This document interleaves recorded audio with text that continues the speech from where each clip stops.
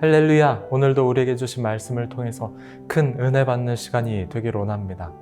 오늘 시편의 말씀은 악인들에 대한 하나님의 심판을 구하는 내용을 담고 있습니다. 오늘 내용과 연결시켜서 볼 말씀은요, 베드로전서 2장 9절 말씀인데요. 너희는 택하신 족속이요 왕같은 제사장이요. 이 말씀을 함께 또 보려고 합니다. 이 말씀은 그리스도인의 정체성을 보여주고 있습니다. 택하신 족속이다. 왕같은 제사장이다. 그러니 왕같은 그런 권위를 가지고 있고 제사장처럼 하나님께 나아가는 특권을 가진 존재가 바로 우리 그리스도인이라는 말입니다. 이러한 자격을 우리는 예수 그리스도를 통해서 얻게 되었습니다. 우리를 위해 십자가에서 흘리신 그 피를 통해서 우리는 왕같은 제사장 그리고 택하신 족속이 되었습니다. 실제로는 그런 자격이 없는 우리였죠. 하나님과 원수된 존재였습니다.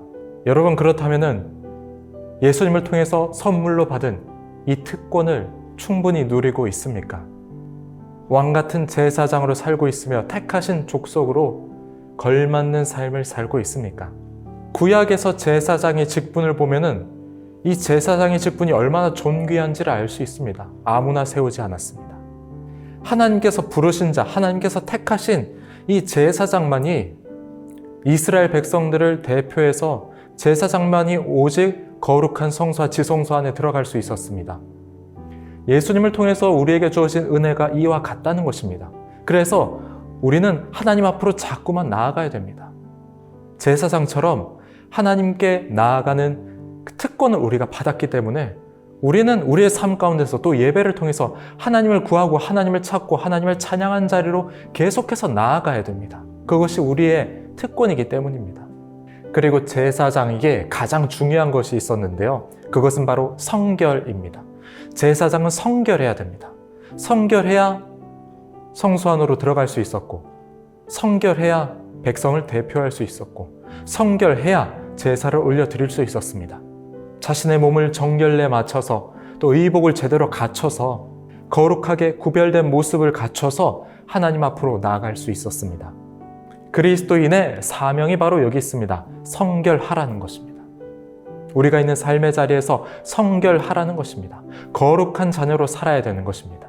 구별된 삶을 살아야 되는 것입니다. 세상 사람들과 똑같은 삶의 모습을 가지고 살지 말라는 것입니다. 구별된 자녀로 살고 세상도 우리를 통해서 구별된 민족으로 돌아올 수 있도록 우리의 사명이 바로 여기 있습니다.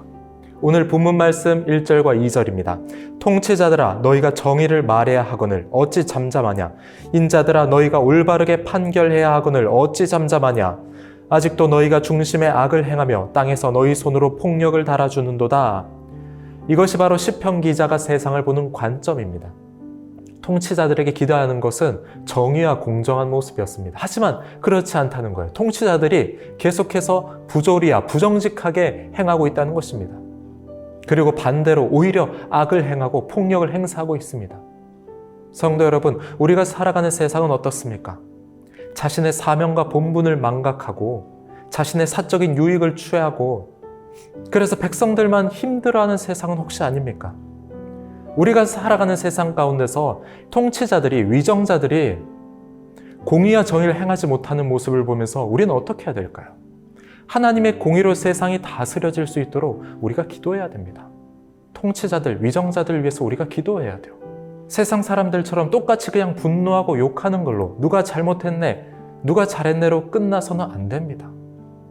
우리는 세상을 위해서 기도할 수 있어야 되고 우리 민족을 위해서 기도할 수 있어야 됩니다.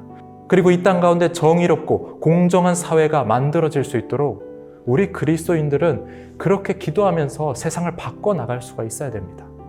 많은 그리스도인들이 이번 대선을 기다리면서 참 안타까운 마음을 가지고 있다고 합니다. 누굴 뽑아야 될지 모르겠다고 합니다. 다 똑같다고 말합니다. 세상의 관점은 그렇지만 그리스도인의 관점은 여기서 한 발짝 더 나아가야 됩니다. 그렇기 때문에 기도해야 된다고요. 그렇기 때문에 그들을 위해서 기도해야 된다고요.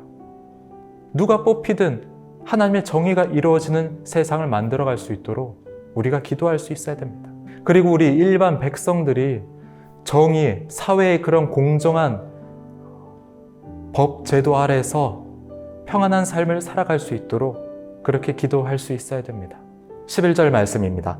그때 사람의 말이 진실로 의인에게 갚음이 있고 진실로 땅에서 심판하시는 하나님이 계시다 하리로다. 하나님께서 통치하신다. 하나님께서 심판하신다. 악한 통치자들이 있더라도 하나님께서 반드시 심판하시는 것을 너희는 알라, 그것입니다. 이 세상을 통치하시고 다스리시는 하나님의 주권 아래 이 세상이 있다는 것을 우리가 믿어야 합니다. 그것을 믿고 기도해야 됩니다. 하나님, 이 땅을 다스려 주시옵소서. 하나님, 위정자들을 다스려 주시옵소서.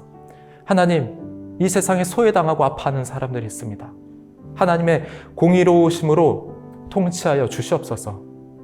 부정직하고 부조리한 사회 모습이 있다면 하나님, 그 모습들이 깨뜨려질 수 있도록 하나님 통치하여 주시옵소서. 오늘 우리가 우리 나라와 우리 민족을 위해서 기도했으면 좋겠습니다. 나라에 문제들이 있다면, 어두운 부분이 있다면 그것들 위해서 기도했으면 좋겠습니다.